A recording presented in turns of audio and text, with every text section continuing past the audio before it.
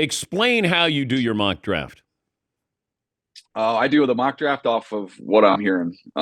So it's talking to different people. I always explain it, Dan, when we talk about this is the top 150 list, how I rank the players, how I stack the players. That's my eyes. That's what I see. That's my opinion of the players.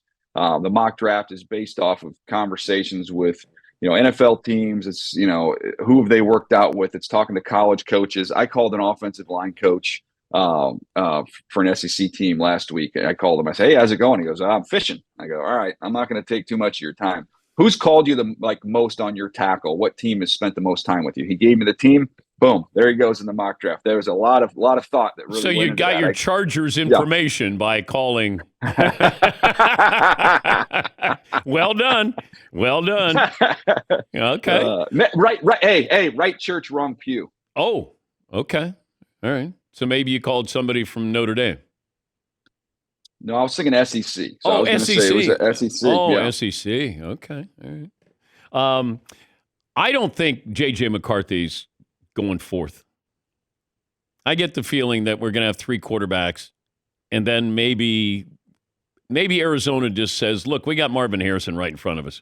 Unless you blow us away, we got a guy that can help Kyler Murray, and he's the best player in the draft, best receiver in the draft." And then I don't think the Giants are taking a quarterback because it feels like they keep telling us, or their leaks are they're taking a quarterback. I don't like. Why would they tell you what they're going to do? So that's just some of my observations here. And what do you think of those? I absolutely co-sign on all of them, and that's why I've had the same thing going.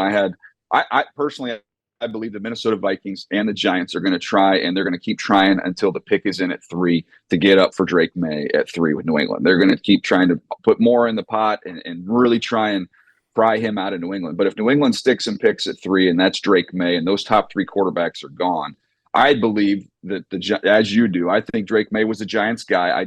I've never thought of them as the J.J. McCarthy team, and maybe that'll be the surprise, and I'll be glad to be wrong. It'll be fun TV if they decide to do that. And I think the Minnesota Vikings, all in for Drake May, but comfortable with McCarthy or with Penix. No one, to me, Dan, it helps when you put names with this, right? So I don't want to part with pick 23, and sometimes that doesn't compute with people. Well, let's put a name. Let's say Chop Robinson is pick 23. So if you're comparing J.J. McCarthy and Michael Penix, you're really not. If I have to trade all the way up to get J.J. McCarthy, and I have to trade part of that package as Chop Robinson, I'd rather have Michael Penix and Chop Robinson than J.J. McCarthy. So that's part of that calculus and why I think Minnesota might hold their water. Are you, and I'm curious about this, that you want kind of chaos because you're going to be on the broadcast tonight, but then do you want chaos that disrupts your mock draft? Once the mock draft show is over at 9:00 Eastern last night, I don't give a crud how many of those picks I get right. I mean, come on. It's like I just told you, I just put a player in a mock draft based off talking to a coach on a fishing boat.